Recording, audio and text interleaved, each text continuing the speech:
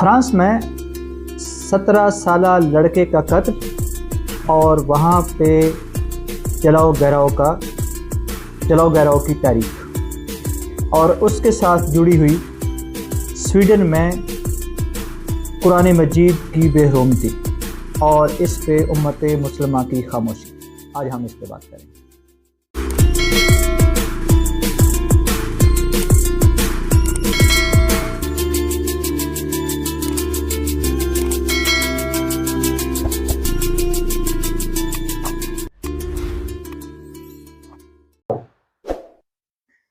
بسم اللہ الرحمن الرحیم، الصلاۃ والسلام علی اشرف الانبیاء والمرسلین نبینا محمد وعلی آلہ وصحبہ اجمعین۔ گزشتہ دنوں فرانس میں 17 سالہ لڑکے کا قتل جس کا تعلق الجزائر سے تھا۔ یہ بڑی بدقسمتی کی بات ہوتی ہے کہ کسی ریاست میں ایک بے گناہ شخص قتل کر دیا جائے، اور پھر اس سے بڑی بدقسمتی یہ ہے کہ وہ ریاست جو ان لوگوں کے تحفظ کے لیے ہوتی ہے اور وہ ادارے جو لوگوں کے تحفظ کے لیے بنائے جاتے ہیں ان کے ہاتھوں سے قتل ہو۔ فرانس میں یہ کوئی پہلی مرتبہ نہیں ہوا، اس سال یہ تیسرا واقعہ ہے کہ جس میں ٹریفک لائٹ پہ روکنے کی وجہ سے ان کے اوپر فائر کیا گیا۔ اس سے پچھلے سال ایسے 13 واقعات ہوئے جن میں لوگوں کو پولیس نے اپنی گولی کا نشانہ بنایا، ان میں سے کچھ تو ہلاک ہو گئے اور کچھ شدید زخمی ہوئے۔ فرانس میں جس طرح اس لڑکے کو قتل کیا گیا وہ یوں سمجھا جائے کہ جیسے پوری انسانیت کا قتل ہے، کیونکہ کسی بے گناہ کو قتل کرنا ایسے ہی ہے جیسے پوری انسانیت کو قتل کر دیا گیا ہو۔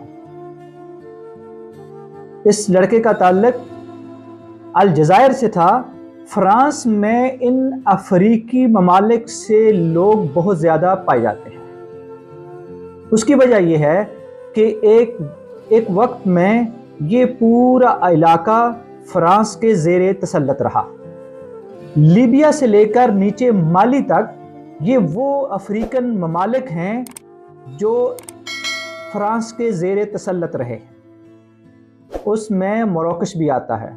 اگر آپ مراکش میں جائیں تو آپ کو بہت سے ایسے لوگ ملیں گے جن کے پاس فرینچ پاسپورٹ ہیں اور وہ فرانسیسی بھی بولتے ہیں۔ اس کی وجہ یہ ہے کہ وہ بہت سے لوگ ہیں جو فرانس میں رہے یا فرانس سے پھر یہاں منتقل ہوئے۔ اس کی وجہ یہ رہی کہ ان کے اوپر ایک عرصے تک فرانس کا تسلط رہا۔ یہی وجہ ہے کہ جن بڑی حکومتوں نے جن علاقوں پہ حکومتیں کی، جیسے برطانیہ مختلف علاقوں پہ حکومت کرتا رہا، تو وہاں کے لوگوں کا جو فلو ہے یا ہجرت کر کے جو جا رہے ہیں وہ برطانیہ میں زیادہ جاتے ہیں۔ یہی وجہ ہے کہ افریقن ممالک کے وہ لوگ جو ہجرت کرتے ہیں وہ سب سے زیادہ فرانس میں جاتے ہیں۔ فرانس کے بعد پھر وہ دیگر ممالک میں ہجرت کرتے ہیں۔ یہی وجہ ہے کہ فرانس میں افریقن ممالک کے لوگ بہت زیادہ پائے جاتے ہیں۔ اس لڑکے کا تعلق الجزائر سے تھا جس کا نام نائل تھا۔ اسے ٹریفک سگنل پہ روکا گیا اور پھر جب کچھ آرگیومنٹ ہوا تو اس آرگیومنٹ میں اس لڑکے نے اپنی گاڑی چلا دی اور اسے گولی مار دی گئی۔ یہ اپنی ماں کا اکلوتا بیٹا تھا جسے فرانسیسی پولیس نے قتل کر دیا۔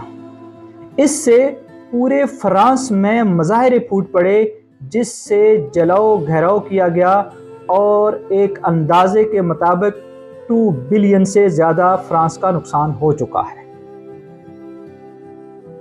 اب بات اس میں یہ ہے کہ حکومتیں وہ بات یا وہ چیز یا وہ طریقہ کیوں اختیار کر لیتی ہیں جس سے لوگوں کی جان چلی جاتی ہے، یا ایسے اختیارات ان لوگوں کو جن کے ہاتھ میں اسلحہ ہے بے شک وہ قانون نافذ کرنے والے ادارے ہیں، مگر ان کی لمٹس ہونی چاہیے اور ان کو ایک لمٹ میں رکھنا چاہیے تاکہ ایسے کسی بے گناہ شخص کی موت نہ ہو اور جان نہ جائے۔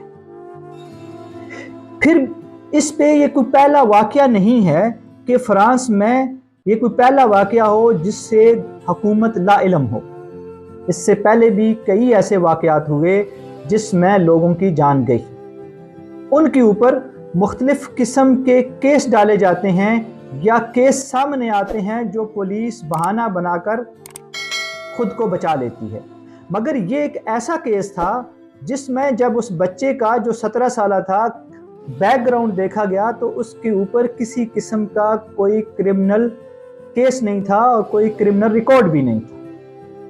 وہ اپنے ایریے تنترے میں وہاں کے رگبی کلب میں کھیلتا تھا، اور وہاں سے جو رپورٹس آئیں، وہاں کے لوگوں سے جو پوچھا گیا تو انہوں نے کہا کہ وہ ایک اچھا لڑکا تھا اور اچھے اخلاق کا مالک تھا۔ اور پھر اس طرح کی چیز جب سامنے آئی تو لوگوں کا غصہ ہونا اور لوگوں کا یوں باہر آنا ایک فطری سی بات تھی۔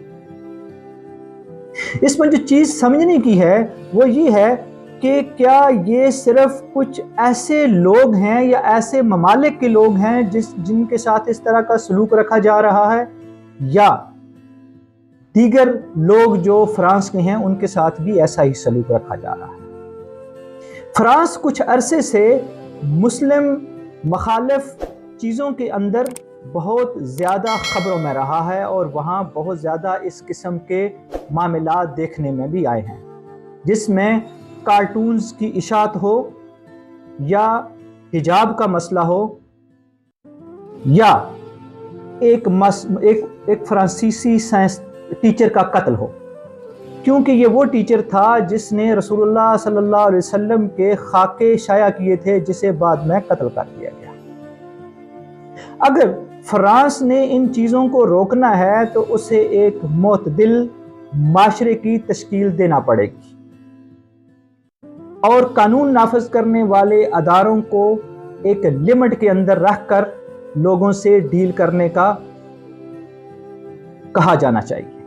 اگر یہ چیز نہ ہوئی تو اس سے یہ بات مزید پھیلے گی اور ایسے واقعات مزید پھیلیں گے جس سے فرانس کے اندر رہنے والی دوسری کمیونٹی جن کا تعلق دیگر ممالک سے ہے ان کے اندر بے چینی پیدا ہوگی اور وہ خود کو غیر محفوظ سمجھنے لگیں گے، جو کہ فرانس کی ترقی میں اپنا بہت بڑا کردار ادا کر رہے ہیں۔ اس سے ہو سکتا ہے کہ فرانس کی ترقی پہ فرق آئے اور فرانس کی ترقی جو جس تیزی سے ہو رہی ہے وہ ڈاؤن فال کی طرف چلی جائے۔ یہ ایک مسئلہ ہے جسے اقوام متحدہ نے 15 مارچ کو ایک ریزولوشن پاس کیا جو کہ اسلاموفوبیا کے نام سے جانا جاتا ہے۔ ایسے حالات میں جب دنیا کے اندر ایک سخت قسم کی پالیسی اپنائی جا رہی ہو کچھ ممالک کے اندر اسلام اور مسلمانوں کے خلاف، ایسے ٹائم میں اقوام متحدہ کو اپنا کردار ادا کرنا چاہیے۔ جیسے سویڈن کے اندر عید کے روز قرآن پاک کو جلانے کی جسارت کی گئی اور جس طرح بے حرمتی کی گئی، اور جیسے سویڈن کی حکومت نے اجازت دی، اس سے اقوام متحدہ کی اس ریزولوشن کو دھچکا لگتا ہے کہ جس سے اس بات کو رکھا گیا کہ اسلاموفوبیا کو کیسے روکا جائے۔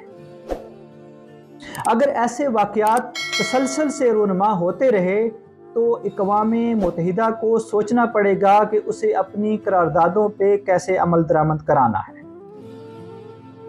جیسے کہ سویڈن کے اندر یہ واقعہ رونما ہوا تو اقوام متحدہ کو وہ ریزولوشن جو 15 مارچ کا دن رکھا گیا اسلاموفوبیا کے حوالے سے، اسے بروئے کار لانا چاہیے اور سویڈن کی حکومت سے باز پرس کرنی چاہیے۔ اقوام متحدہ کا کردار جو بھی ہو اور جو بھی سامنے آئے گا، مگر ابھی تک